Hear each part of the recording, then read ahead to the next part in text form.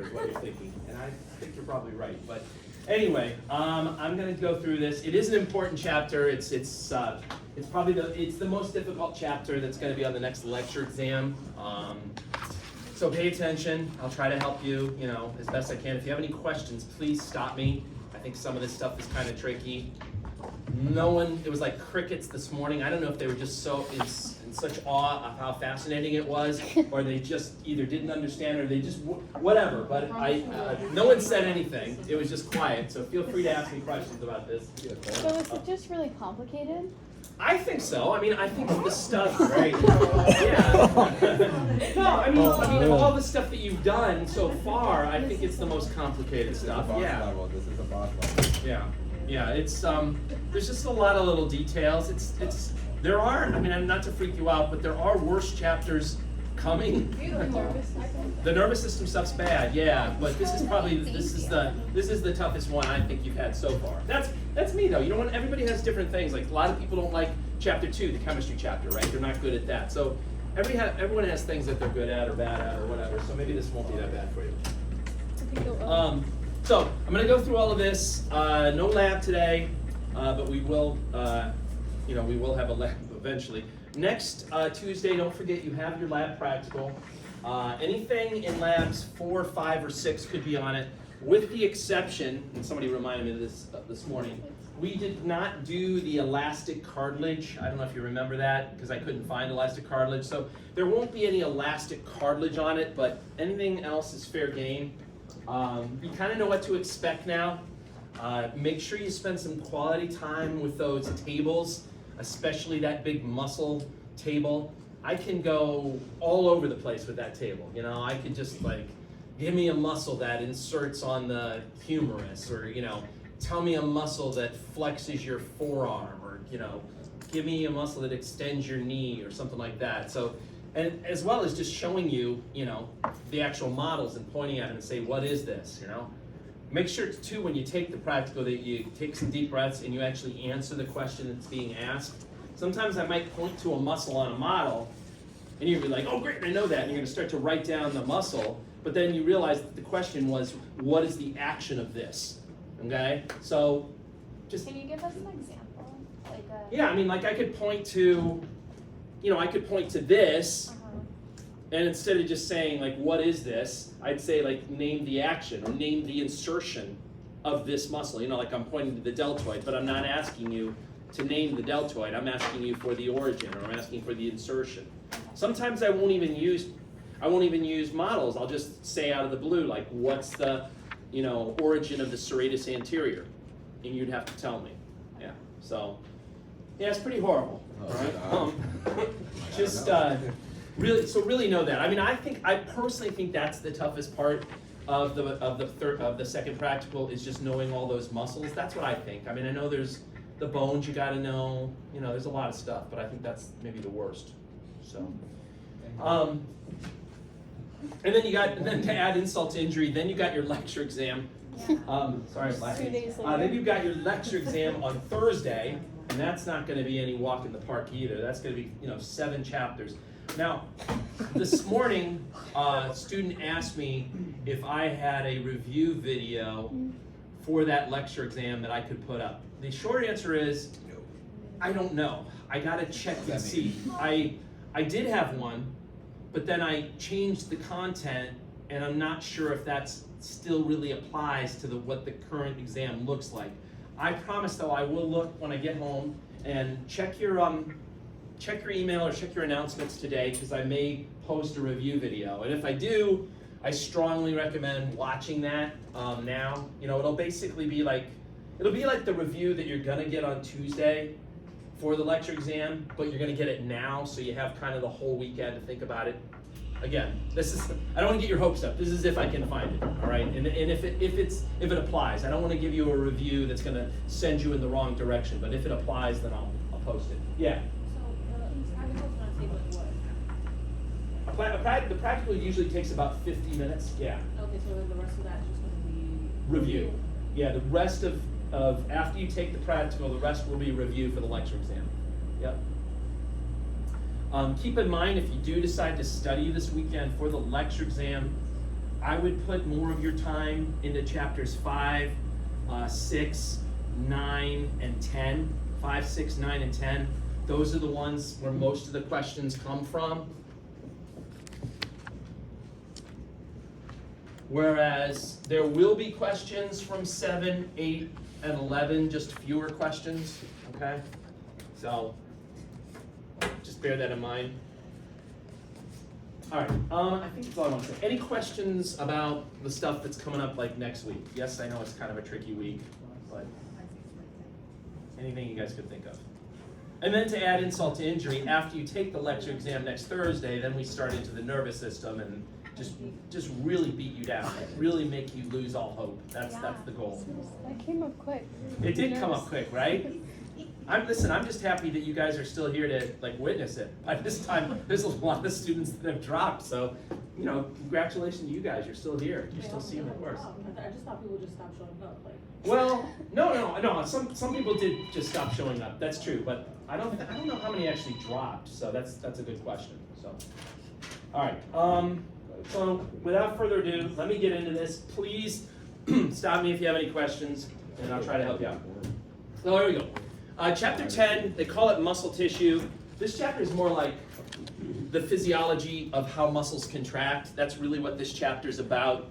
It gets into a lot of little details. That's the toughest part. What muscle is this? That's the bicep. Good. And what's this? Tricep. All right, good. I just thought, just to make you feel confident about yourself or feel good about it, I thought I'd throw you some slow pitches, right? Just to... She thought it was a leg. If you didn't know what those were, then you're probably not feeling so good right now.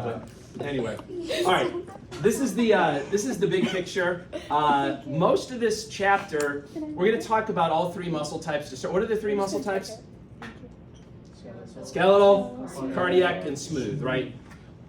We're going to mostly talk about skeletal muscle in this chapter. If it's not specified, we're talking about skeletal muscle. We do briefly discuss cardiac and smooth muscle down there, but most of this is going to be about skeletal muscle, okay? So just bear that in mind. We'll talk about some of the features of skeletal muscle, what it looks like under the microscope. Then in this section is when we get into kind of the hardcore physiology. I think this is a challenging section, just knowing how the muscle contracts and how they relax. Muscle metabolism will get into where muscles get their energy from. Where do they get the ATP from in order to contract? And the answer is, it depends on how long you're going to use your muscles for. If you're running a sprint, like using your muscles for a few seconds, you get the ATP from one place. If you're going a little bit longer, you get the ATP from another place. And then if you're doing something really long with your muscles, like running a marathon or something, you get it from another place. So we'll talk about that. Control of muscle tension refers to how you can control the strength of your contractions. So by the way, when you see the word tension, you can just kind of substitute in the word contraction. So how forcefully do your muscles contract? You can control that, okay? You know, when you lift something that's light with your arm, your biceps is doing a certain amount of contraction versus if you put something in that's a little heavier, it's doing a different level of contraction, and then if you try to lift something that's really heavy, it's doing another level of contraction. You can control how much tension or how much contraction. There's two ways to control it, and I'll discuss that in that section. Types of skeletal muscle fibers. So skeletal muscle fibers come in three types based on how strong they are and how fatigue resistant they are. And some muscle types are really strong, but they tire out easily. Other muscle types, not as strong, but they don't tire out very much, so we'll discuss that. Exercise and skeletal muscle. When you lift weights, your muscles get bigger. Why do they get bigger? What's that type of growth called when your muscles get bigger? Hypertrophy, right? That's the type of growth. We'll discuss that again. Then we'll get into cardiac muscle. Where do you find cardiac muscle? Your heart. Then we'll do smooth muscle. Where do you find smooth muscle? Yeah, it could be inside the walls of your digestive tract. It could be inside the walls of your respiratory tract. It could be inside the walls of, like the uterus in a woman or the bladder in men and women. It's usually in the walls of hollow organs. That's where you find smooth muscle. It's even in the walls of all, not all, but most of your blood vessels have a little smooth muscle layer in it, and that's how you can constrict or dilate your blood vessels by stimulating the smooth muscle that's there. So we'll discuss that briefly. Regeneration of muscular tissue, that should be a short topic. Why? Because it's very difficult to read. Yeah, it's not very good at it, right? Here we're talking about like how well do tissues repair themselves and how well do they undergo mitosis. And if you remember from the tissue chapter, what kind of tissue in the body is the best at kind of repairing itself? Epithelial tissue is the best. Who was second? Connective. Who was third? Muscle. And then who was the absolute worst? Nervous, right? So this is kind of a short topic. Muscle's not very good at it. Smooth muscle is a little bit better than the other two, but it's still not great. Development of muscle, what are the 3 layers of tissue you have when you're an embryo that all other tissues come from? Endoderm, ectoderm, and mesoderm. All right, ectoderm, endoderm, and mesoderm. Those are the 3 types of tissue. For muscle, and it's kind of nice because it's easy to remember, muscle comes from that layer called the mesoderm. So they both start with the letter M. And then aging in muscular tissue, you lose a lot of muscle mass when you get older. Discuss that. Then finish off with some problems like cramps and spasms and stuff like that. So here's an overview of the different muscle types. There's 3 types of muscle: skeletal, cardiac, and smooth. They have some similarities and some differences. So skeletal and cardiac, remember under the microscope, they both have striations. What does that mean, striations? They have stripes, right? They have little lines that you can see on them. Anyone remember from lab why they have stripes? Because they have something called what? Starts with an S. It's because they have sarcomeres. Those are the little things that kind of repeat themselves. When you look on the myofibrils that are inside of the muscle cells, they've got these repeating patterns called sarcomeres, and that's what causes the stripes. Okay, and we're going to talk a lot about the sarcomeres in a moment. Skeletal muscle is called skeletal because it attaches to your bones. It's what produces movement. Keep in mind that skeletal muscle is multinucleated. So you end up having skeletal muscle cells are these really long cells, and then they usually have multiple nuclei in them. In terms of your ability to control skeletal muscle, can you control your skeletal muscles? What's that? Yeah, I mean, like if I say, hey, walk across the room, could you do it?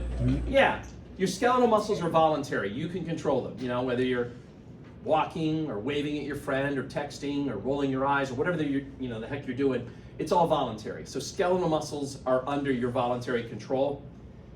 Versus the other 2 types, cardiac and smooth, they're involuntary. You can't send a signal like to your heart like I want 132 beats per minute right now, and then all of a sudden it goes and goes up to 132. That won't happen. Or you can't like go to your bladder and say I want you to contract right now, and or go to your stomach and say contract right now. It won't do it. They're involuntary. Cardiac, of course, is what makes up your heart, pumps your blood. It also has stripes, but the cells are not as long, and they're relatively short. They usually just have 1 nucleus per cell, and then the key feature from lab we talked about. Anyone remember the name for those dark lines that you see on cardiac muscle? Those are called. No. They're called intercalated discs, right? Remember that vaguely? Anyway, those represent the spots where cardiac muscle cells are attached to each other. If you see those when you look under the microscope, you know you're looking at cardiac. No other muscle types have those intercalated discs, okay? And then smooth muscle, again, you'll find smooth muscle in the walls of your hollow organs. So it could be like in the wall of your stomach, or in the wall of your small intestine, or in the wall of your bladder, or in a woman in the wall of the uterus. There's little bits of smooth muscle inside your eye that change the size of your pupil, for example. And then in the walls of your blood vessels, there's smooth muscle that constrict or dilate your blood vessels, which will control your blood flow. No stripes for smooth muscle because they don't have sarcomeres. Okay, they don't have that pattern, and so that's why it doesn't look like they have stripes. So, like I said, most of this lecture, though, we're going to be focused on this first guy, but we will touch on these 2 briefly, like later on. So functions of muscular tissue, muscles make up 40 to 50% of your adult body weight. That's somewhat similar to what percentage makes up your body weight? Yeah, water, okay? And that's because muscle contains a lot of water, okay? There's a high water content to muscle, so the two tend to kind of parallel each other. This also explains why, on average, don't be offended, women, why on average men generally have a higher water content than women do, because on average they have a higher muscle mass, and muscle contains more water than fat tissue does, okay? Main functions of muscle then, so to produce body movements, that would be your skeletal muscle, which pulls on your bones that then move around the joints. Stabilize body positions, that would also be skeletal muscle, like helping you to maintain your posture, sit upright, that kind of stuff. Storing and moving substances within the body, that could refer to either like smooth muscle in the sense of like being in the wall of your bladder, storing urine, or in the wall of your stomach, storing food, for example. Or it could refer to like cardiac muscle, like contracting and then moving blood around your body. And then the fourth thing, generate heat. All of your muscle tissues are very metabolically active. They're constantly undergoing chemical reactions, and any time a chemical reaction takes place, it usually gives off heat. And so you can almost think of your muscle tissue as being like the furnace of your body. It's generating your body heat, okay? And the more active your muscles are, the more heat that's going to be generated. And of course, you know that because what do you do when you're really cold? Shiver. You shiver, right? That's activating your muscles even more to hopefully try to heat you up even more. And that's all three muscle types? And that's all what? All three generate heat? All three do. I mean, I would say this is primarily skeletal muscle, but all three do to some extent. Yeah. All right, properties of muscle tissue. So there's 4 properties. The first one, and maybe you didn't know this, but muscle tissue can send electrical signals just like nervous tissue can. Okay? Everyone always thinks of nervous tissue when you think about electrical signals, but muscle tissue can do it too. And those electrical signals are referred to as action potentials. We'll talk a little bit about that here in a second. But there are some properties that muscle has that nervous tissue doesn't have. Probably the most famous property for muscle is that it can contract, right? So contractibility, that just means that when when you stimulate a muscle cell, it'll pull, it'll shorten, and it'll contract. And it can pull on bones, or it can like pump your blood or your heart, whatever it's doing. So that's probably the most famous property. But muscles also have these other 2 properties. Extensibility means that you can take muscle and you can stretch it, okay? And then elasticity goes hand in hand with extensibility. It means that after you've stretched it, if you let go, it'll shrink back to its starting position because it's elastic, okay? So those are all properties of muscle.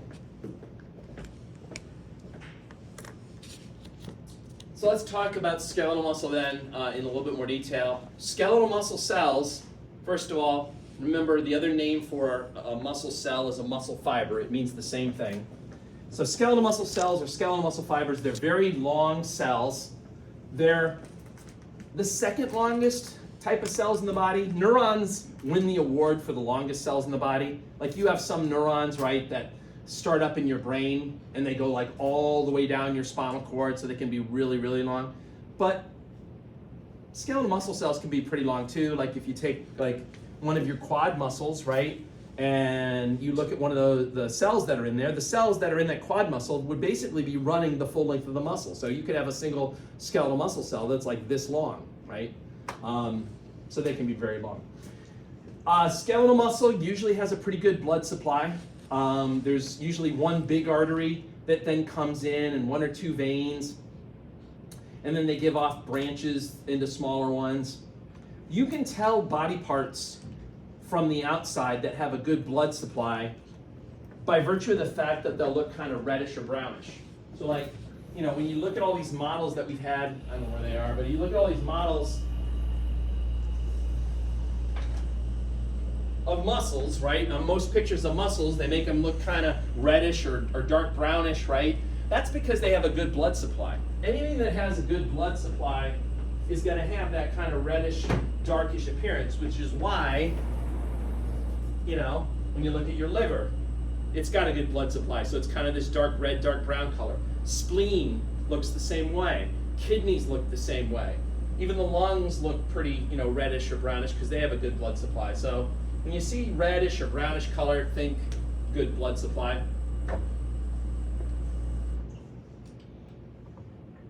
Now, you know that, or I mentioned that skeletal muscle cells have multiple nuclei. If you were wondering why they have multiple nuclei, the answer is because of how they're made when you're an embryo. When your skeletal muscle cells are developing for the first time, when you're an embryo and when you're a fetus, they start out as relatively small cells called myoblasts. But then those myoblasts get together and they fuse together and they become these big, big cells, and all of the individual nuclei that came, they still stay alive. They're still part, so they become incorporated into this giant muscle cell. So a mature muscle cell, you know, may have 100 or more nuclei in it just from all those myoblasts that came together in the first place. When you have myoblasts, like when you're an embryo or when you're a fetus, myoblasts can undergo mitosis and they can make more of themselves. But once they start to fuse together and you get more of a regular mature-looking muscle cell, they lose their ability to undergo mitosis, which is why, again, you know, when you lift weights and your muscles get bigger, it's not because you're making more muscle cells, it's simply because the existing muscle cells are getting larger, okay? And that's referred to as hypertrophy versus hyperplasia, which means making more cells. Okay? This also explains why, you know, it's really hard to repair muscle tissue after. If you destroy a muscle cell, you're not going to have a group of muscle cells that then undergo mitosis to replace it. It's basically just going to get lost, and then the area will get filled in with like collagen fibers and scar tissue. All right, let's talk about organization. Any questions about any of this stuff so far? Just pause and see if everyone's good so far. All right, organization of muscle tissue. So this we started to cover in lab on Tuesday. First of all, ingrain this sentence in your mind. A muscle fiber is the same thing as a muscle cell. And then there's different levels of organization. So if you put a bunch of muscle cells together, you create this thing called a muscle fascicle. And then if you put a bunch of fascicles together, you get the entire muscle. And I showed you a picture on Tuesday, but I'll show you that same picture again to kind of help you get your bearings.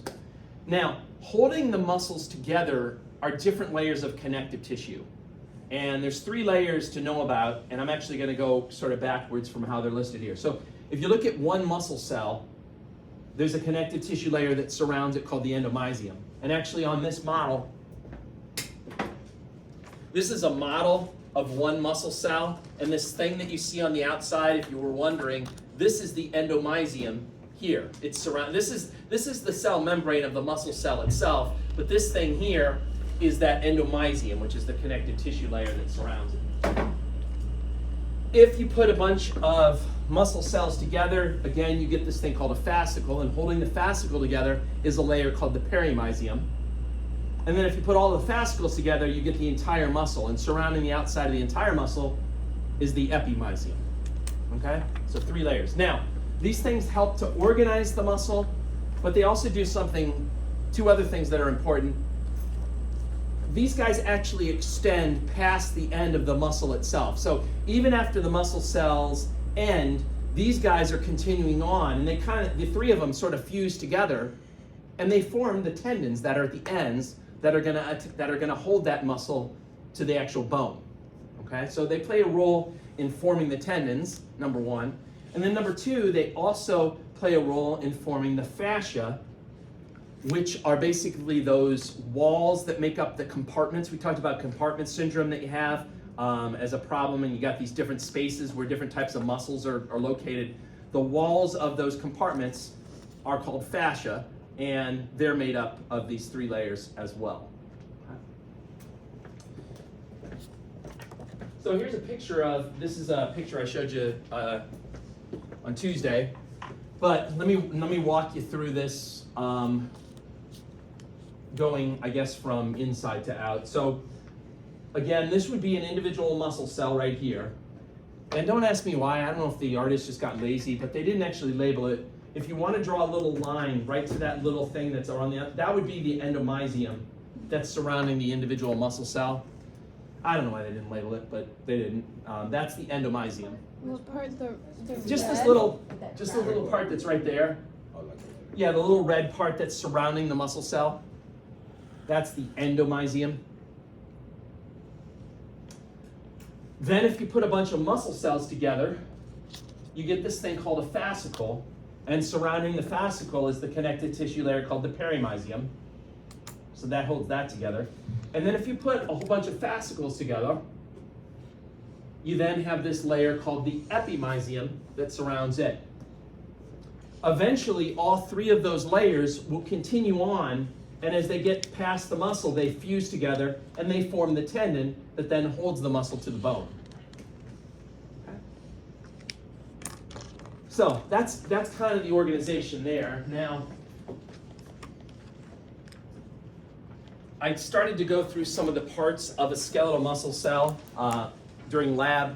There's a lot of crazy names to learn, and they're not, they're names that you are sort of close to words you already heard, but then they substitute in like a prefix like sarco or myo, M-Y-O. If you ever see sarco or myo, think muscle, okay? That's what it means. So the cell membrane of your muscle cells is called the sarcolemma. It's just a really snobby way of saying cell membrane, okay? Just like you learned in chapter 3, the other name for cell membranes is the plasmalemma. Here they call it the sarcolemma because it's a muscle cell. That's basically what they're doing there. If you look at the outside of the sarcolemma, so here's again, this is a model of one muscle cell. This kind of light tan thing, this would be the sarcolemma, or the cell membrane that's on the outside. Now if you look around, you'll find these little holes that are in the sarcolemma. Those holes represent the openings of these little passageways called transverse tubules. Transverse tubules are little passageways that go deep inside the muscle cell. So if you look, this is the opening of the transverse tubules, and then if you turn this on the side, these things that are shown in red here, those are the transverse tubules as they're going deeper inside of the muscle cell. Okay.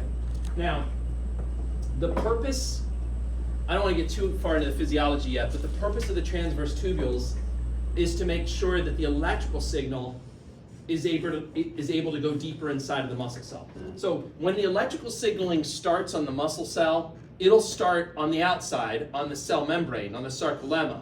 But in order to make the signal go deeper into the muscle cell, you have these little transverse tubules that take the signal in deeper. That's kind of the purpose.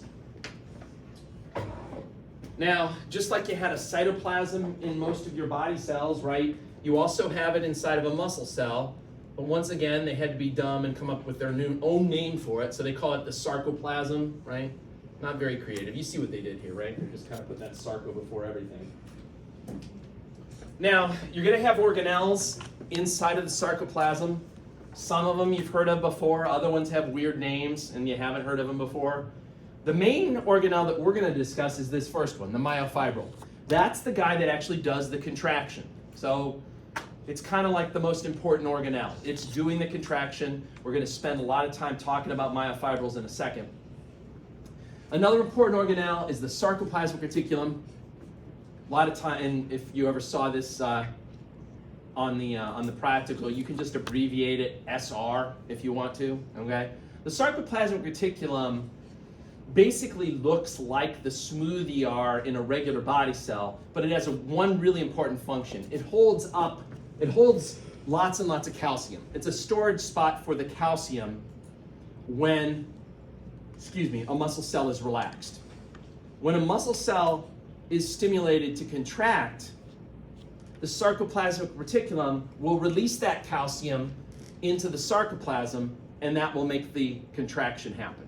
And I'm going to get into the details of how that happens in a little bit, and that starts to get a little bit tricky, but it's the release of that calcium that actually causes the contraction to take place. then when the muscle relaxes again, that calcium has to be pumped back into the sarcoplasmic reticulum before the muscle will relax, okay? The ends of the sarcoplasmic reticulum have a special name, and they sit on the left and the right of a transverse tubule, and they're referred to as the terminal cisterns. I'll show you that on the diagram. And of course, someone looked at these three things and said, oh, let's make up more words for A&P students to know. And they said, all right, so when you have a transverse tubule with two of these terminal cisterns on each side of it, they call that a triad. Okay? Nuclei, you're going to see lots of nuclei. Remember though, they're usually pushed off to the side. That's because the inside of a muscle cell is so filled up with these myofibrils that the poor nuclei have no place else to go except to get kind of crammed next to the cell membrane. Okay? You're going to see a lot of mitochondria. Why are you going to have a lot of mitochondria?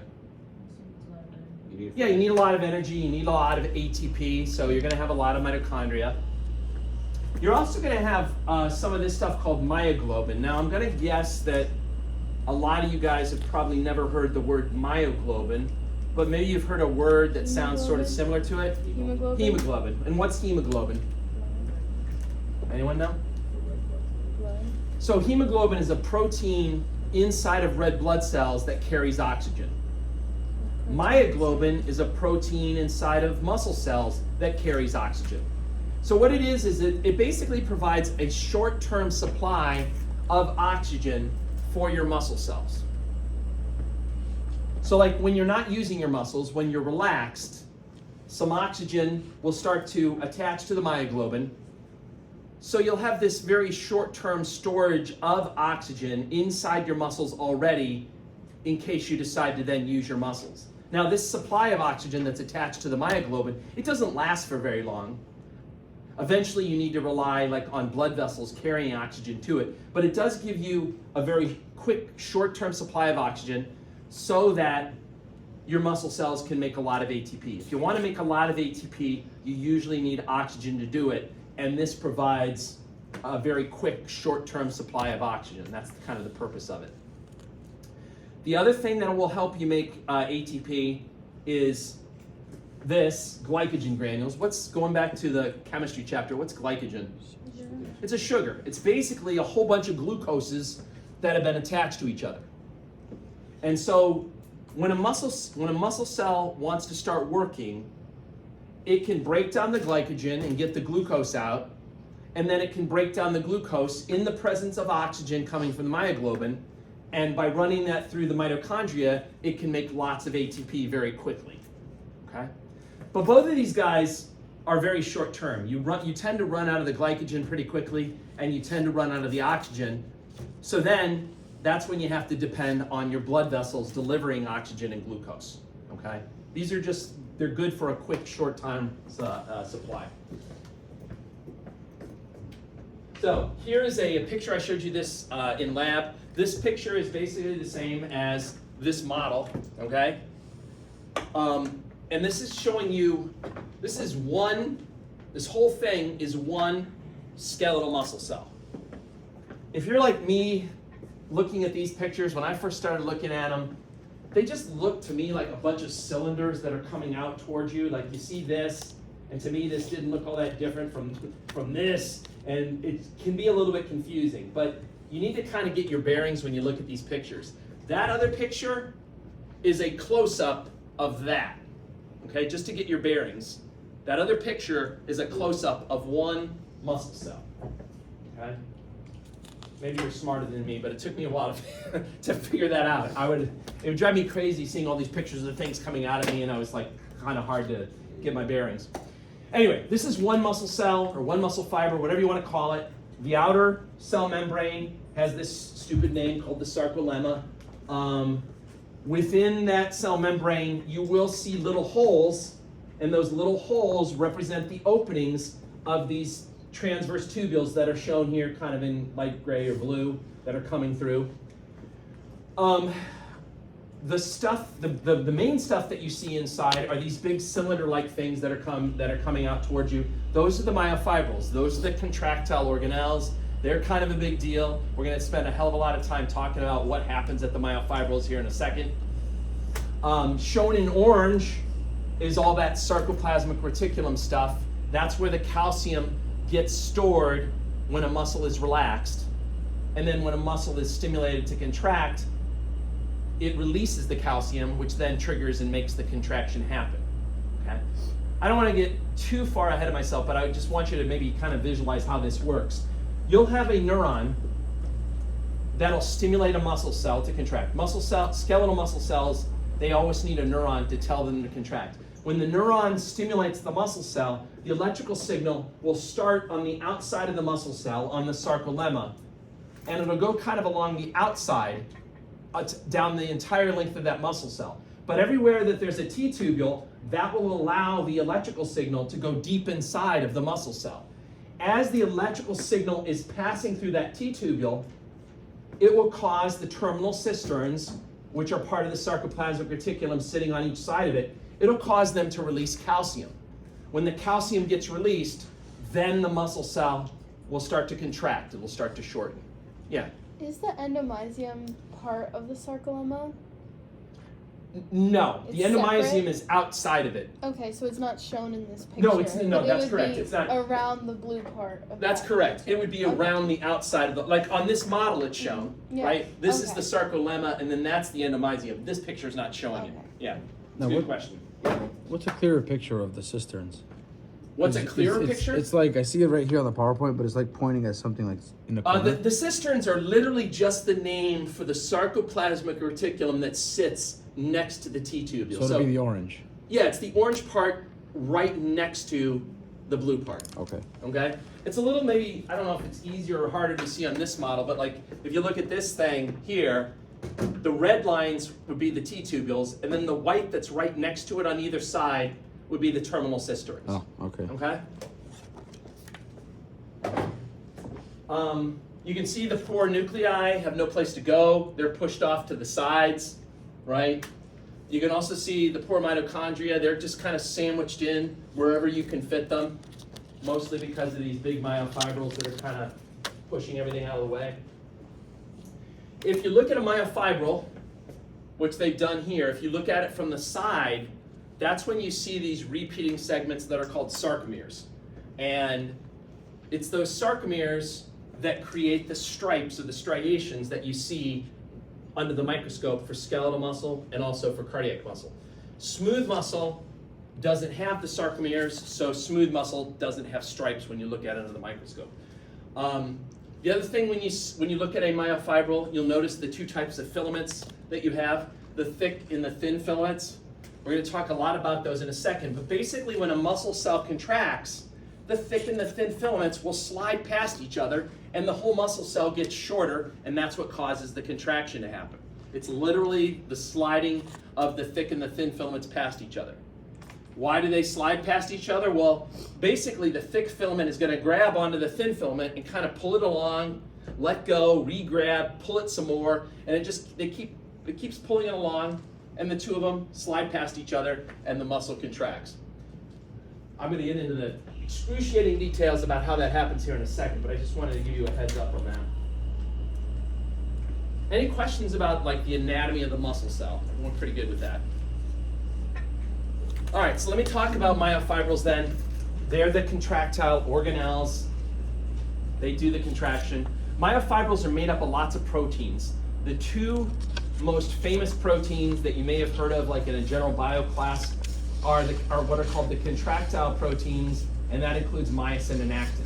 And the myosin and actin are part of those filaments. Myosin is the main component that makes up the thick filaments, and actin is the main component that makes up the thin filaments.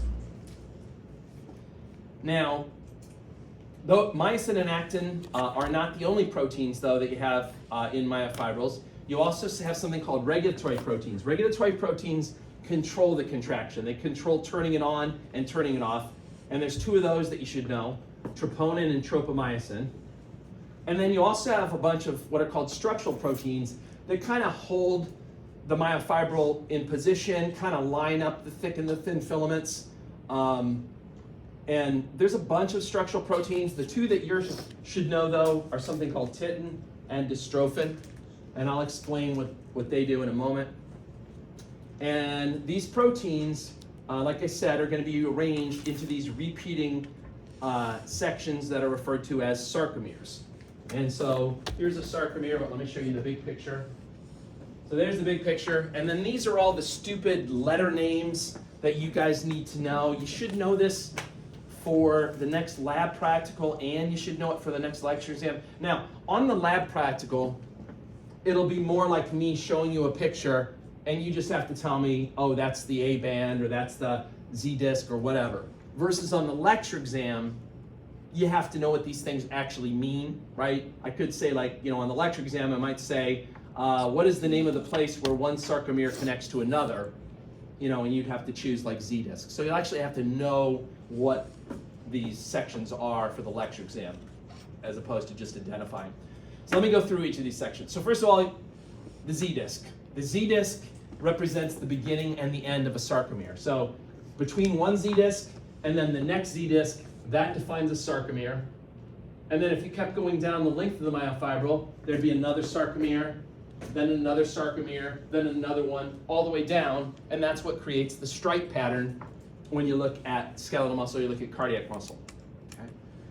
Another thing that the Z disc does, it serves as an attachment point for the thin filaments. So again, these little narrow lines that you see there, those are the thin filaments, and you can see they're actually attached to the Z discs. So that's another thing it does. The A band represents the length of the thick filament. So again, this wider line that you see here, that's the thick filament, and by definition, that's what the A band represents, the length of the thick filament. Okay.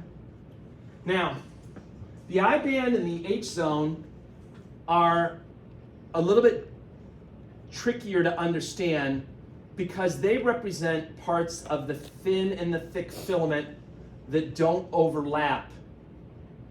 And what do I mean by that? Well, notice here's the thin filament. You can see the thin filament there or over there, that's the thin filament. When you look at the thin filament, this area of the thin filament is overlapping with the thick filament. This whole area in here represents an area where the thick and thin filaments overlap. So when you want to look for the I band, you have to ignore the part of the thin filament that's overlapping, and you just focus on the part of the thin filament that doesn't overlap. That's the definition of the I band. And when a muscle contracts, as you'll see in a second, you're going to change how much overlap there is. The more a muscle contracts, the more overlap there is, which is going to change the size of some of these areas that are up here. And I'll show you what I mean by that in a moment. Okay, but just remember, as the muscle contracts, the thin and thick filaments, they slide past each other more and more, and that may influence the size of some of these guys. The H zone is kind of the exact opposite of the I band. The H zone represents the thick filament that doesn't overlap with any thin filament. So you have to focus on this area here where you only have thick filament, and that would be considered the H zone. You can also call it the H band too, doesn't really matter. And then finally, in the very middle of the sarcomere is something called the M line. The M line kind of does for the thick filaments what the Z disc does for the thin filaments. Notice the M line attaches to all of the thick filaments and kind of holds them in place in the same way that the Z discs held on to the thin filaments and held them in place. Okay? Any questions about these crazy letter names up here? Yes. All right. The I band Yes. is basically where the Z disconnect. Yeah. In the middle of the I band would be where you'd find the Z disc. Okay. Yep. That's all I needed to know. Really? Yeah. Okay. All right. Oh, I need to know everything else. All right. Good. That's a lot. All right.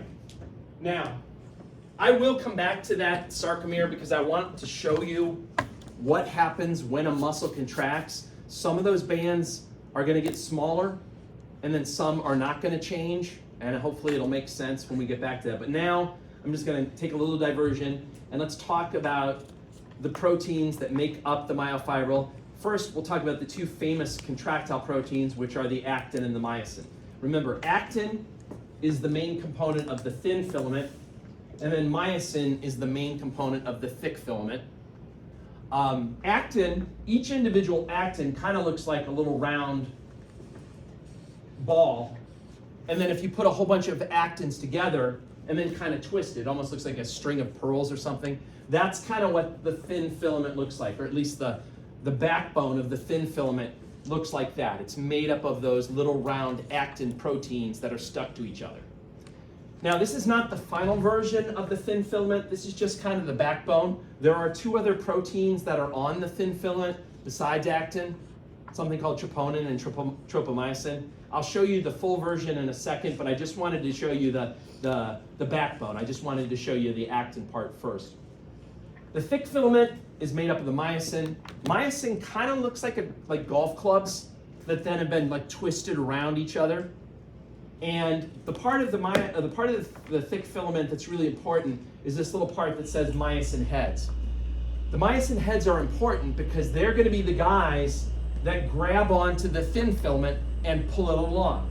Okay? So these guys will attach to little binding sites that are on the thin filament and pull it along. And I'll show you how that works in a moment. I don't want to get too ahead of myself, but I'll get there. Now, here's another picture of the thin filament, and on this one though, they've actually drawn in the little binding sites for the myosin. So these little black dots represent the spots where the little golf club heads will attach to. And when they attach, they'll basically pull, they'll let go, they'll re-grab, they'll pull, and as that happens, the filaments slide across each other more and more, and the muscle cell contracts more and more. Okay? Now, I told you this is just kind of showing you the backbone of the thin filament. The real final version of the thin filament looks more like this picture down here, where you actually have two more proteins that are attached to it. You got something in blue here called troponin, and then you've got something in orange here called tropomyosin. That's kind of like the final version. Now notice what happens here with these other proteins. The other proteins basically block the myosin binding sites. Okay? This tropomyosin is covering up those myosin binding sites. When that tropomyosin is covering those up, the myosin head cannot attach and the muscle will not contract. Okay? The muscle cannot contract while those binding sites are blocked.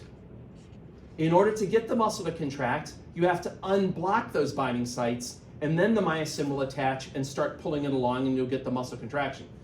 The question is, how do you unblock those myosin binding sites so that the contraction can happen? And the answer is calcium. By releasing calcium, the calcium causes the unblocking of the binding sites and you get contraction happening. So, when calcium, what calcium is going to do is calcium will actually attach to the troponin, and the troponin, when you attach to the troponin is attached to the tropomyosin, and it'll move it out of the way, and it will unblock those myosin binding sites, or expose it, however you want to phrase it. It opens them up, and once they're open, then the little golf club head on the myosin can attach to it and start to pull and do the actual contraction. So that's literally how calcium causes contraction, by unblocking the myosin binding sites. And when a muscle cell's relaxed, all that calcium is inside of the sarcoplasmic reticulum. But when the nerve cell stimulates the muscle cell, it will release that calcium so that then the calcium can unblock the binding sites and the contraction will happen. Yes? So just to clarify, the calcium only binds to the troponin, which Yes. causes it to like unravel, or It causes it just to change its shape in such a way that the troponin pulls on the tropomyosin and pulls it out of the way. okay. Yeah, the calcium binds to the troponin, which then moves the tropomyosin out of the way, and those binding sites are then exposed. And they're exposed to bind to what? To bind to the thick filament, which Okay. looks like the little golf club head. So going back, it's exposed so that now this can attach to those binding sites. So these two like work together. So now they can, when it contracts. yeah, so now they'll work together, and this guy will start pulling on the thin filament, and that'll cause the contraction to happen. Okay, so to contract, the thick filaments and thin filaments need to bind together. They need to bind to each other, absolutely. These heads need to bind to the myosin binding sites on the thin filament. Yep. Okay. I'll probably repeat myself like 6 times. Hopefully by the 6th time, it'll sink in for everybody. But if not, or if you're too embarrassed to ask a question, just, shoot me an email or come by my office hours and I'll try to explain it more. This is a little tricky stuff. Let me talk about the other proteins for a second. So we talked about myosin, we talked about actin, we talked about troponin, we talked about tropomyosin. Then that leaves these 2 structural proteins that I mentioned, titin and dystrophin. Titin, first of all, you should know it's the 3rd most common protein in muscle. So actin and myosin are the 1st and 2nd most common proteins. The 3rd most common would be titin. Titin attaches to the Z-discs and holds the Z-disc to kind of the rest of the myofibril. And it's thought that titin is what makes your muscle cells elastic, okay? Again, elasticity means that when you stretch a muscle cell and then let it go, it'll then go back to its starting position, kind of like a rubber band. And it's believed that titin is responsible for a lot of that elasticity. Now, I got some fun facts to share with you about titin. They're fun for me, but maybe not so much for you. Titin also has the claim to fame for being the largest protein in your body, period. Okay? Titin is the largest protein in your body, and just to give an example of how big it is, first of all, what's the name for the building blocks of your proteins? No, amino acids. Amino acids. Oh. All right, sorry, I'm shifting gears here. Yeah. The building blocks for proteins are amino acids, right? Most of your proteins have maybe 100 or so amino acids, or maybe some larger proteins will have like 1,000 amino acids. Titin is actually made up of about 50,000 amino acids. It's huge. It's a big, big protein. Largest protein in your body. And the fun fact about titin, and this is for people that like, I don't know, mythology or whatever. Back in the olden days in mythology, I think it's the god. I'm not very good at mythology. I think the gods had some children that were like really big. Anyone know the names of those children that roam the earth? The Titans. Okay. And so the Titans are these big giants that roam the earth. And that's where this name came from. I don't know if there were like copyright issues and they couldn't use an actual A up there, and so they had to change it, or something like that. But that's what's happened there. So that's how they got their name. Now, the other structural protein that you should know is dystrophin. Dystrophin is important for anchoring the myofibrils to the sarcolemma. Okay, remember the myofibrils are organelles that are inside of the muscle cells. The myofibrils are going to contract, but you need some way to attach their ends to the actual cell membrane of the muscle cell, or else the cell itself won't shorten. So dystrophin acts like an anchor to hold the myofibrils to the cell membrane so that the whole muscle cell ends up contracting, if that makes sense. All right. Let me pause for a second. Any questions about any of that stuff? Is this tough or It's easy just a lot or of little of little things. details? A lot of You want us to use sarcomere, not cell membrane. I want to use sarcomere, not cell I membrane. mean, you want us to use the sarcolemma, not cell membrane, right? Yeah, I mean, I think it's important to know that they're the same thing. On a lab practical, if I were to point to it like on a lab practical, I'd probably want you to say sarcolemma and not just say cell membrane. Yeah. So for studying for stuff like this, would you recommend like a flow chart to see how each thing connects, or just going through like each Yeah, a flow chart might, that's a pretty good idea to kind of put it all together for you. Yeah. You want to make one for everybody or something? It's probably a pretty good idea. Yeah. I don't know how to tell you how to study this stuff. No, like the proteins, the calcium releases and the Yeah, I mean, stages. So I feel like Yeah, go ahead. this type of stuff is more like, it's less like individual things, everything is like working, building on each other. It is. Yeah, you do have to kind of, I'm giving you little bits of each part. I will try to I will try to draw it together in a moment and kind of put the big picture in place. But it's a lot of little details, but you can't miss the forest for the trees. You also got to be able to see the big picture. Yeah. I'm glad I don't have to take these tests. No, I'm just kidding. All right, contraction and relaxation of skeletal muscle fibers. So when a muscle contracts, it's just the thick and the thin filaments sliding past each other. Those myosin heads will grab on to the thin filament and basically pull it along. And as that happens, the thick and the thin filaments slide past each other, and that's what they call the sliding filament mechanism. And what they're showing you over here is they're showing you what the sarcomeres look like when a muscle is relaxed, what it looks like when the muscle is contracting a little bit, and then like what it looks like if the muscle is fully contracted. So let me walk you through these.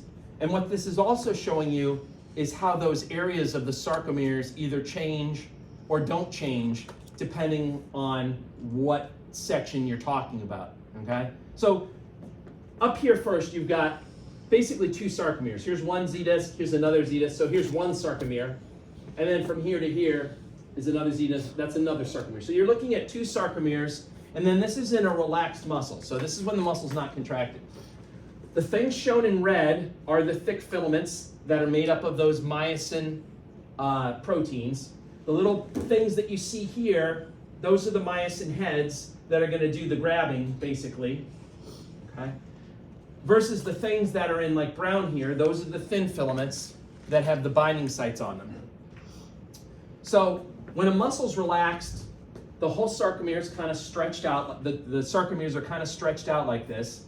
And you can see these different areas. So just to refresh your memory, let me start with the A band. The A band represents the length of the thick filament. That's the A band. However long the thick filament is, that's the A band. The I band represents the portion of the thin filament that does not overlap with any thick filament. So you don't measure the full length of the thin filament. You just measure the portion of the thin filament that's not overlapping. So like you can see like this little area of the thin filament, well, it's overlapping with the thick filament, so you wouldn't count that. You just focus on the part that's not overlapping. And then the H zone is basically the opposite of the I band. You're focusing on the thick filament that doesn't overlap. So you'd look at that like middle area, but you wouldn't count the end part because that's overlapping, right? Okay? So the muscle cell then starts to contract, and as it contracts, the filaments will slide past each other, and as they slide past each other, you're getting more and more overlap, okay? More and more overlap. So what does that mean for these three different areas? Well, notice what happened to the size of the H zone as the muscle contracted. It becomes a lot smaller. It gets smaller. What happened to the size of the I band as it contracted? Smaller. It also got smaller. What happened to the size of the A band? Same. Stays the same, okay? Why? Because the definition of the H zone and the I band, those definitions depend on how much overlap you have. So as you get more and more overlap, these guys are getting smaller and smaller. Versus the A band, its definition does not depend on how much overlap. It's always just the length of the thick filament. The length of the thick filament never changes. The amount of overlap changes, but that's not what the definition of the A band is based on. So that's why it stays the same size. And then down at the bottom, you've got a fully contracted muscle. Notice now there's like complete overlap between the thick and the thin filaments. So essentially the H zone and the I band have disappeared because you have complete overlap. Whereas the A band, you still see it because it represents the thick filament. It doesn't change based on how much overlap. Does that make How did that make sense? Yeah, can you? And I'm still lost. Well, Kinda makes because sense, but it doesn't make sense at the same time. because the H and the I can't have any overlap, right? That's right. Technically? The H and the I, the definition of the H and the I are the portions that don't overlap. So But what- as you get more and more overlap, they're going to disappear, right? They're only the parts that don't overlap, right? So the only thing that's present when a fully contracted muscle will be the A band. Correct. In a fully contracted muscle, the only thing you would see would be the A band. and it doesn't change size. And it doesn't change size. I mean, you can see how this, and this, they're all the same size, whereas these guys are consistently getting smaller until down here, you don't even see them anymore because of the sliding and the fact, there's a difference. This is what, this would be like with my fingers, this would be like some overlap, right? Versus if I slid all the way like that, that's like complete overlap, and you don't have any areas that aren't overlapping. So that's why the H band and the I band have disappeared. But the section that used to be the H band and the I band wouldn't be a new A band. It's just there. Like, Well, what do you mean? so the section that has no You mean like highlight here? on it Yeah, are at the the end, wouldn't it maximally be an A contracted band? Well, like muscle. here, like yeah. this part? Yeah, you could still count that as an A band. So it's Yes, that would be technically another, that'd be forms another. A band. Yeah, they were just trying not to make this too, like, yes, this whole part here is another A band. I just don't think they colored it in because they didn't want to make it confusing because they already had the H zone, but. That's what was messing me up. Yeah, so, Yeah, if that's what's meant to tune up, this is also another A band here, and it didn't change So- either. A fully contracted muscle is just A bands kind of Correct. consecutively. A fully contracted muscle is just the A bands. That's the part that stays behind. Yeah. Did anyone get that? Mhm. All I need, contractually, I only need one person to get it. I think a little bit. Legally, I only have to have one person understand. No, morally, actually, I feel better if at least one person understands. I can sleep better at night. All right. Let me go on to something now called the contraction cycle. So there's two things you need to have a muscle to contract. You basically have to have calcium released. Calcium is needed to unblock the binding sites so that the filament can attach to the thin filament. That's number one. But the other thing you need is an energy source. You need ATP. So calcium and ATP are what are needed. We already talked about how the calcium works, but now we need to talk about how the ATP works, and that's when we get into this thing called the contraction cycle. And during the contraction cycle, it shows you how the ATP is broken down and how that actually causes the contraction to happen. So let me, as opposed to just talking through this, let me go to the next diagram and walk you through it. So, a couple of things. First of all, notice in this diagram, they're already assuming that calcium has been released. So calcium has been released from the sarcoplasmic reticulum, and they're showing you with the little purple dot that the calcium is attached to the troponin, and it has moved the tropomyosin out of the way so that you have these unblocked binding sites. So again, you need that just so the thick filament can attach to the thin filament, okay? So that's already implied in this drawing.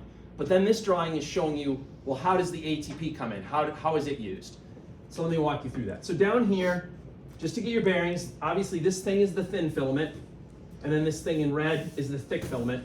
These things that you see here are the myosin heads. They're the things that kind of look like golf clubs or whatever.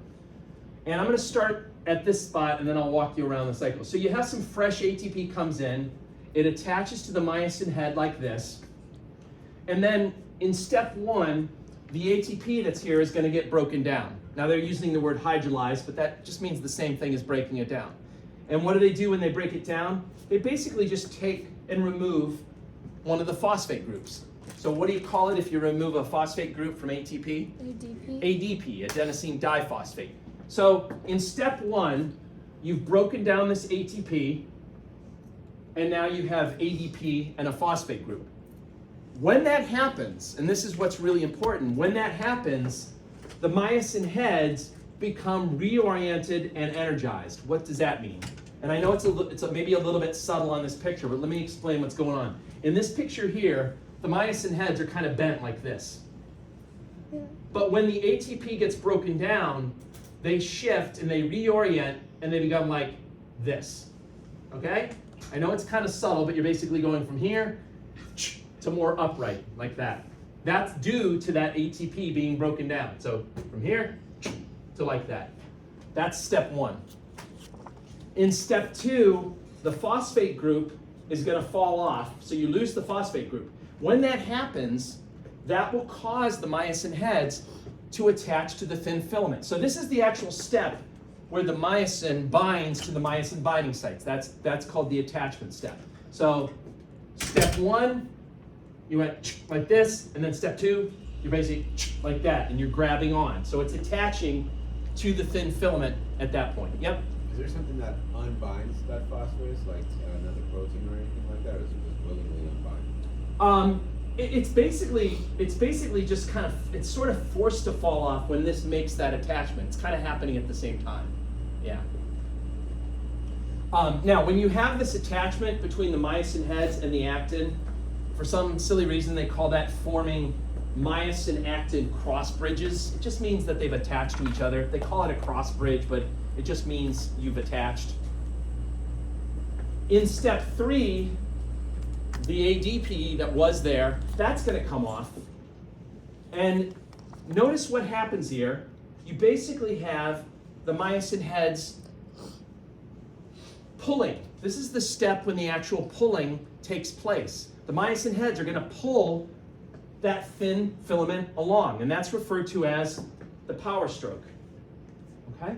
Notice here, the heads were sort of upright like that, but then in this step they went like that, and because they're attached, they're pulling that thin filament along, and that's causing the filaments to slide past each other. And then in the last step, this is some fresh new ATP is going to come in. This is why you need a steady supply of ATP. Some fresh new ATP comes in, and it's going to start the process over. It will attach, and when it attaches, it'll cause the myosin heads to let go, and then the whole thing repeats itself. So what it ends up looking like is like this. If we start in this position, you've got the head bent like this, the ATP gets broken down, that causes the head to go kind of upright.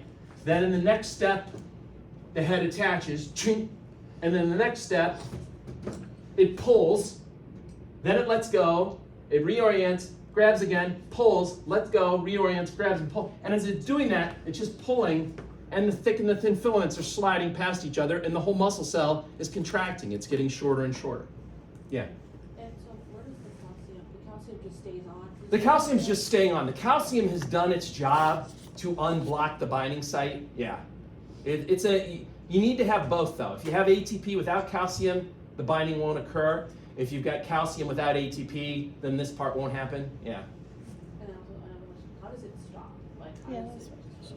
Yeah, so it's a question of the calcium. The calcium will naturally fall off if you remove calcium from the sarcoplasm. So as long as there's lots of calcium sitting in the sarcoplasm, the contraction will keep happening.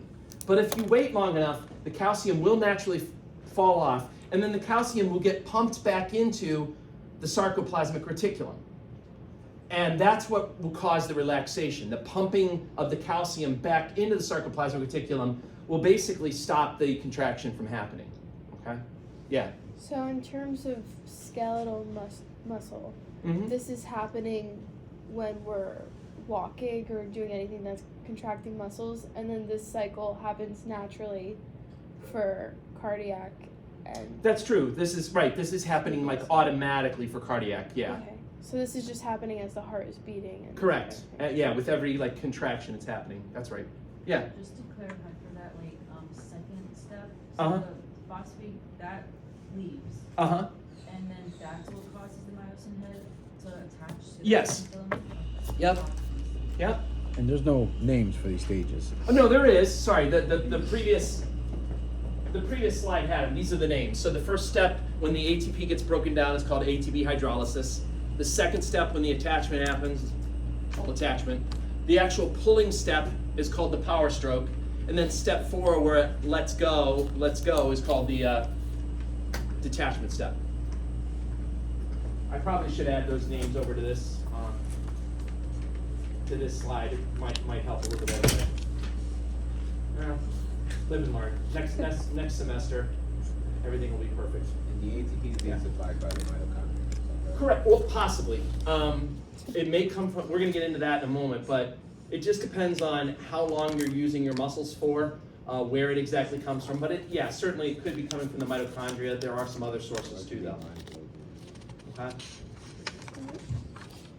All right. Excitation, contraction. So you guys are asking more questions than the first class, which I think is good.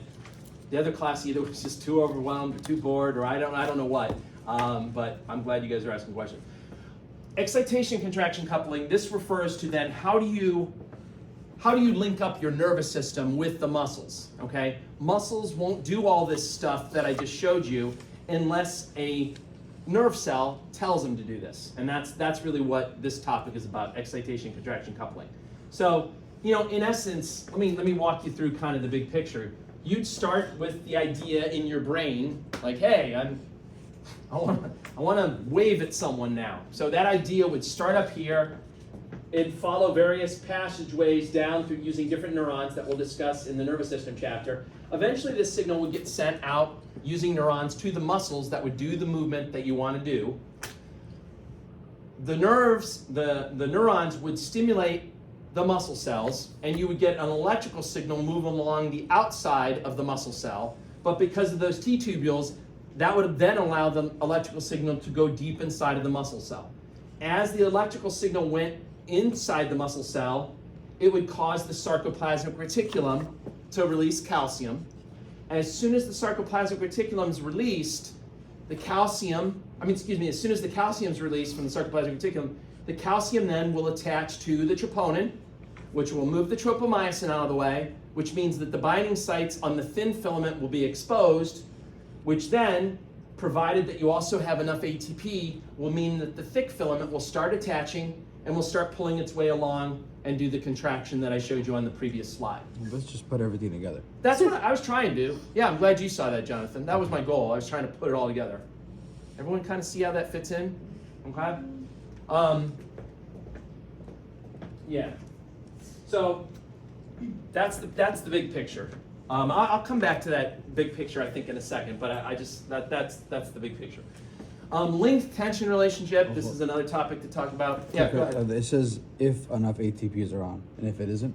If it isn't, then you won't be able to get a contraction, and that's what can happen sometimes when you're exhausted, when your muscles are tired. If there's not enough ATP around, you won't be able to sustain a contraction. And same if you're calcium deficient? Correct, yeah. All the things that you think of that you need to have a muscle cell contract, if you run deficient on them, the muscle cell is not going to be able to contract. Yep. All right, length-tension relationship. I don't think this is too bad of a topic. This just basically means the longer you're in A&P, the more tense you become. No, I'm kidding. That's true, but that's not what that's called. The length-tension relationship refers to how long a muscle is at its starting point. When you're about to use a muscle, how long it is at that starting point will determine how good of a contraction or how much tension you can build up in it. Okay, again, if you don't like the word tension, think of the word contraction. Is it interchangeable? They're interchangeable. So the starting length of a muscle will influence how good of a contraction or how much tension you can get out of a muscle. And I'm going to give you a real world example of what this means up here. So I'm going to give you 3 scenarios. You go to the gym and somebody wants you to basically flex your elbow joint. They want you to do this, okay? And they're going to give you a weight. You put the weight in your hand. For the first experiment, they're going to say, okay, I want you to flex your elbow, but I want your starting position to be your arm straight. I want you to start like this with your arm straight. I'm going to then give you this weight, and then you have to go like that, okay? That's the first experiment. In the second experiment, they're going to be like, I'm going to give you the same weight, but I want you to take your arm. I want you to start with your arm already bent like this, and I'm then going to give you the object, and I want you to move that like this. I just want you to try to generate force going like that, okay? And then in the third experiment, they're going to give you the same weight again, but they're going to be like, this time, I want you to hold your elbow at the starting point at about a 90-degree angle, like that. And then I'm going to give you the weight, same weight, and then you're going to lift it. Which one of those 3 experiments would you be able to get the strongest contraction possible? The first, the second, or the third? First. The third one would be the one where you generate the strongest contraction. Think about like lifting things for those that go to the gym. If you're starting out like this and somebody puts a heavy weight there, it's hard to get started to lift that thing up. Why? Because the muscle is really stretched out. Your biceps is really stretched. That would be analogous, if you could look with a microscope, that would be like the sarcomeres are spread out like this. The muscle's overstretched. And when that happens, notice that this is the end of the thick filament. That's where those little myosin heads are. And then over here is the thin filament. It's really hard for them to grab onto anything because the muscle is so stretched out, they can't reach to where the thin filament is to grab it because the muscle is so stretched. So if this is your starting point, it's really hard to lift a weight when somebody is just giving you with your arm straight. The second example I gave you would be if your muscle was already like this, your joint I should say, and then they put the object in, and then they said go like this and try to lift it. That's hard to do because in that circumstance, the muscle's already pretty contracted, and it would be more like this situation. You've already got so much contraction that the ends of the thick filaments are starting to ram into where the Z discs are, and you just can't go any further. You can't generate any more contraction because it's so short to begin with. Versus, if the third situation, if you start with your elbow kind of like this, and then somebody gives you a weight, you can generate a lot of strength if that's your starting position. And that's because you have just a right amount of overlap, but not too much overlap. Notice the thick filaments, they have something to grab onto. They can grab onto the thin filament, but there's still a little bit of space where they can move. They're not so short where they're already ramming into the Z discs or whatever. So there's an optimal starting length for your muscles. They can't be stretched out too far or else it looks something like this. They can't be too contracted to begin with or else it looks something like this. You want them somewhere in this kind of sweet spot in this green area. And that way, you'll have just enough overlap that you can get a nice strong contraction. Does that make sense to anyone? Mm-hmm. Yes. So, in terms of how this works in things other than skeletal muscle, like the heart and the bladder, is it already optimal length? Well, for the bladder, I would say yes. I mean, that's a good point. No one ever asked me about that. I guess if you really had to pee, like if you filled up your bladder with so much urine, it could potentially be like this kind of situation where you overstretch the bladder, and then it might be hard to like get the pee to come out. I don't know. No one's ever asked me about that. Now in the heart, we actually talked about this in A&P too. The heart, you can stretch the heart muscle by how much blood you fill the heart up with. So this length tension, this definitely applies to the heart. I haven't really thought about it so much with like smooth muscle, but yeah, I guess in theory, if something was overstretched or understretched, you might not be able to get as good a contraction as you ordinarily would. Yeah. Okay.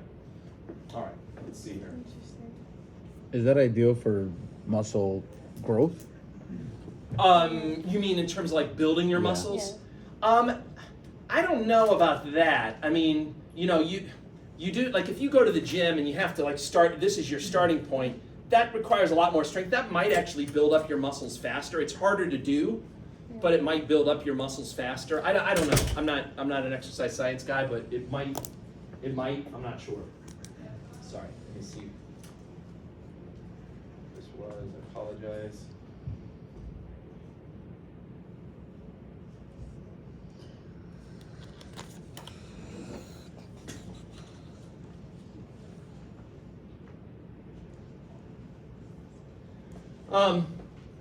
Okay, so the neuromuscular junction, this is the spot where a neuron connects with the muscle cell.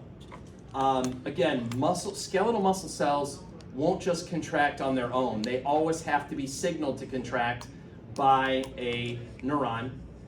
Neurons that go to muscles are referred to as motor neurons. We'll talk more about that in the nervous system chapter.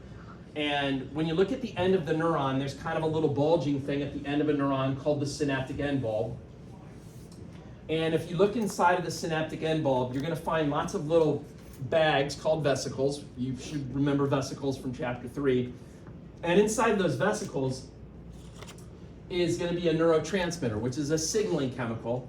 We'll talk all about neurotransmitters in the nervous system chapters, but the signaling chemical that you always have with your neurons that go to your skeletal muscles is a chemical called acetylcholine. Okay, that's the main signaling chemical. And the abbreviation for acetylcholine is ACH. So if you see that like on the final exam, that's what ACH stands for. One term, I didn't tell the class that, I guess, and when they took the final, I had a student come up to me during the final, and she's like, Dr. Brown, what's ACH? I'm like, what? She's like, Dr. Brown, what's ACH? I'm like, what are you talking about? And she like slid it to me like, oh, that's acetylcholine. So then anyway, that's what ACH means, okay? Does it say each other? Don't touch each other What's that? at the end. Don't touch each other? It says don't actually touch each Oh, other. yeah, yes. So, yeah, yes. It's like, what? So, the end of that's an important point. So, notice that when the neuron connects to the muscle cell, so this is the end of the neuron, that's the muscle cell, they're not physically touching each other. There is a little space between them called the synaptic cleft or the synaptic gap. And that's why you need the acetylcholine. The acetylcholine will carry the signal from the neuron across that little synaptic cleft, and then it will attach to acetylcholine receptors that are shown in green here, which will then cause an electrical signal to happen in the muscle cell. Okay? So let me go to the next. The box is showing, because there's no arrow pointing to the box. For this down here? Yeah. That's actually on the next slide. okay. The next slide is going to be a close-up of that. So, go ahead. The motor end plate is part of the synaptic cleft. It's like the end of it, or it's part of the muscle cell. Well, the synaptic cleft is just the name. It's part of the muscle cell. The motor end plate It's just space. is the name Yeah. for the sarcolemma of the muscle cell that sits across from where the end of the neuron is. Don't ask me why they had to come up with another name for it, but that's literally just the motor end plate is the sarcolemma of the muscle cell across from where the neuron is. Okay? And the motor end plate is an important area because it has all of these special acetylcholine receptors in it that you see in green there. Okay? So, I'm going to give you another big picture thing here in a second. So, Jonathan, you were asking, this is then that close-up of that area that they've just kind of given you the close-up. And they're showing you basically what happens. All right, let me put the whole big thing together. I'm going to start by this thing. So you'll start with something like, I want to wave at my friend. I want to wave at my friend. The idea starts up in your brain. The neurons take the signal down through your spinal cord, and then the neurons take it out to the muscles that actually make you wave. This would be one of those neurons coming down to the muscle. As the electrical signal comes down the end of the neuron, it gets to the end here, and it causes the neuron to release these synaptic vesicles. It causes them to exocytose that acetylcholine. So the acetylcholine, the little red dots, end up being released into that synaptic cleft. And they travel across the synaptic cleft, and they attach to the acetylcholine receptors that are shown in green. Now, the acetylcholine receptors happen to actually be ion channels. And when the acetylcholine attaches, those channels open up, and they allow, in this example, they allow sodium to come in. The rushing in of the sodium is what creates the electrical signal in the muscle cell. Once you have that electrical signal in the muscle cell, it'll go down the length of the outside of the muscle. Everywhere it comes to a T-tubule, it'll go deep inside of the muscle cell. As it's passing through the T-tubules, it causes the sarcoplasmic reticulum that's right next to it to release calcium. Calcium attaches to troponin, which moves tropomyosin out of the way, which unblocks the binding sites, and then provided that you also have enough ATP around, the myosin heads will start grabbing onto the binding sites and start pulling along and let going, and you'll get a contraction. Okay? That was an even bigger picture than before. I was trying to put it all together. Now, Yes. the motor end plate and the junction fold are two different things. The motor end plate and the what now? And the junctional Oh, fold. the junctional fold? I gotta be honest, I've never even looked at that name before. Honestly, I think it's just the name for the motor end plate when it kind of twists and goes into that. I'm not going to ask you about the junctional fold. Okay. Yeah. Now, the only other thing I want to say about this is when neurons signal muscles like this, or when neurons signal other neurons, we'll talk about this, they usually like to do a one-time quick signal, and then they need to stop the signal immediately. Usually they don't want to keep signaling it. They just want to signal it, and then they want to stop. So you need some way to stop the signaling, and one of the ways to stop the signaling is to have an enzyme break down the signaling chemical. And that's exactly what's happening here. There's an enzyme called acetylcholinesterase that's in charge of breaking down the acetylcholine. After the acetylcholine has done its job to stimulate the muscle cell, this enzyme then comes and it breaks down the acetylcholine so that the acetylcholine doesn't continue to stimulate the muscle cell. As long as the acetylcholine is there, it will keep stimulating this muscle cell. So you got to get rid of it somehow, and the way that you do that is by having this enzyme that basically breaks it down. Okay. Do we all have that enzyme? Is there cases where people don't have that enzyme? Let's see. You do. She does. No. Yes, everybody has it. Yeah. Yes. Can you repeat like the part where like the sodium comes in? And this, Where the sodium comes in? Yeah. So when the acetylcholine attaches to the receptor, which is in green, the receptor is actually an ion channel. Okay, it's a passageway for ions to get in, but the channel is closed most of the time, except when the acetylcholine attaches. So when that little red thing attaches to the green thing, it causes the green thing to open up, and then any sodium that was outside of the muscle cell will then rush in through that little channel, and that's essentially what creates the electrical signal. It's the rushing in of that sodium that's coming in. Okay. Yeah.